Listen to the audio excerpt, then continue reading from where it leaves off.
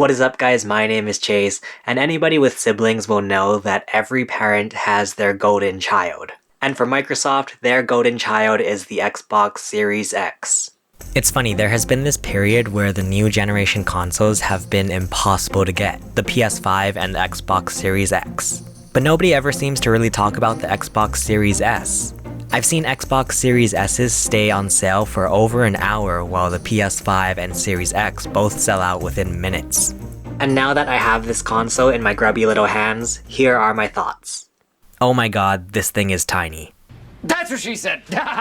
This thing is so cute and I feel like I need to protect it at all costs. And upon first glance, it pretty closely resembles the previous generation Xbox, the Xbox One S. It seems like that is the direction Microsoft is heading now. The S line of Xboxes are the more budget-friendly Xboxes that come in white, and the X line of Xboxes are the more expensive Xboxes that come in black. Anyway, we have our trademarked pinhole design, and we have a black circle that looks like it could be a speaker, but joke's on you. Something I will say about not only the Series S but the Series X as well, I can't for the life of me figure out whether I like this vertically or horizontally. On one hand, I think Microsoft expects you to put it vertically since it appears that way in all of the promotional material, but on the other hand, I feel like resting it horizontally will make it more secure and less likely to accidentally tip over. So I don't know, I could lay it diagonally for all I care. But overall, the footprint of this console is so tiny and I think it can easily fit into pretty much any entertainment center or bedroom setup because of its size.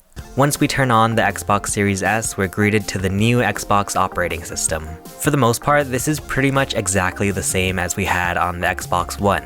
It uses this tile layout with your recent games and apps, you can search through the store, and open up the sidebar for accessing different options. I'd say it's a pretty simple and straightforward operating system. It just throws everything in your face, here's anything you want to do, which I think is actually pretty nice. Speaking of things being similar to the previous generation, the Xbox controller is similar to the Xbox One controller, which is similar to the Xbox 360 controller, which is similar to the original Xbox controller. To be honest, I find the latest Xbox controller to be a bit underwhelming.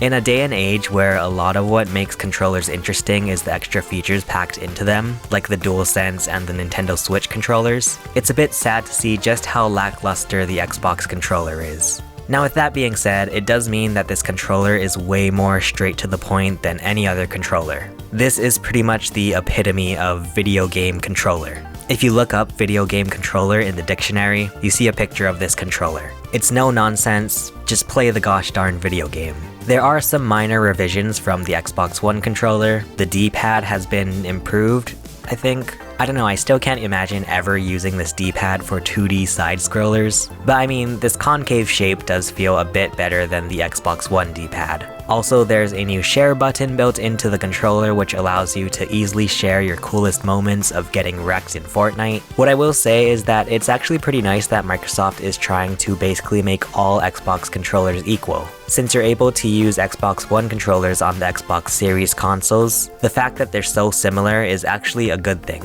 So overall, the Xbox controller isn't anything special, but it does a good job at what it's supposed to do. But what is a video game console without the power cable?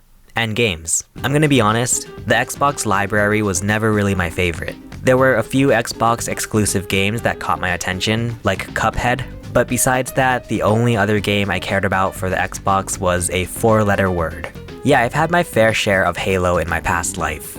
Don't get me wrong, just because I played Halo does not mean I was any good. But I do have some fond memories of playing Halo in my youth. So having the chance to play Halo was really enticing to me. However, if you really want a full Xbox experience, you can also get Xbox Game Pass, which basically includes all of the necessities as far as Xbox games go. I made a video about Xbox Game Pass a few years ago, but basically I think Xbox Game Pass is a very great service. Dare I say one of the best video game services ever. It's basically Netflix but for Xbox games. You get full access to games such as Halo, the Master Chief Collection, Sea of Thieves, Skyrim, and more. But I guess it really is just personal preference. I was honestly never really too big of a fan of the Xbox exclusive library. That's one of the deciding factors I look for in video game consoles nowadays. I have my Nintendo Switch for my Marios, Zeldas, and all that stuff. I have my PS5 for The Last of Us, Spider-Man, and whatnot. And my Xbox, Well, my Xbox is basically just a Halo machine. But at $300 US, I don't really mind too much that one of the only games I care about is Halo. And of course, if there are any other exclusives that catch my eye, I can try it out. When it comes to graphics and performance, I'm probably not the best person to ask. Let me just put it this way. I thought 720p was perfectly fine up until like 3 years ago. So I am anything but qualified to give a proper graphics analysis. But what I will say is that the games run perfectly fine on the Xbox Series S. While it's not capable of true 4K, you get the option to upscale from 1440p to 4K or downscale to 1080p.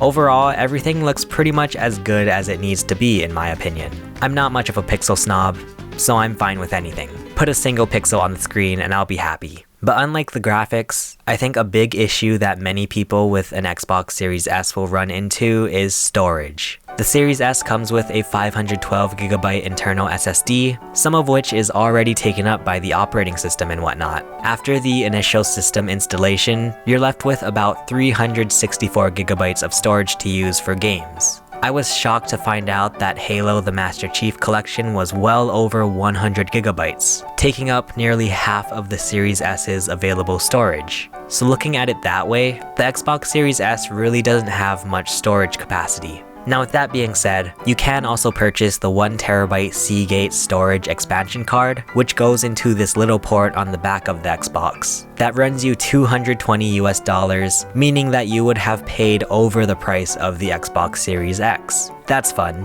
Of course, you can also get USB external hard drives, but I just think it's a bummer that the internal storage is so limited. So storage is something important to consider if you're looking into getting the Xbox Series S. Overall, I think the Xbox Series S appeals to a very specific audience. The people who want to experience Xbox games but don't want to fully commit to the Xbox lifestyle. If you want to solely play Xbox games for years and years to come, I'd say the Xbox Series X is a much better choice for you because of the larger internal storage, the better graphics, and of course the disk drive.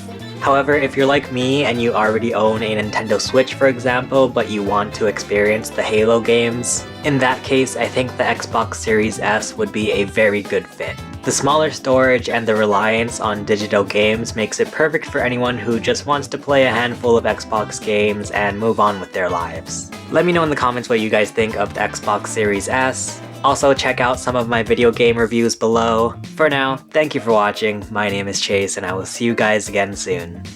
Bye.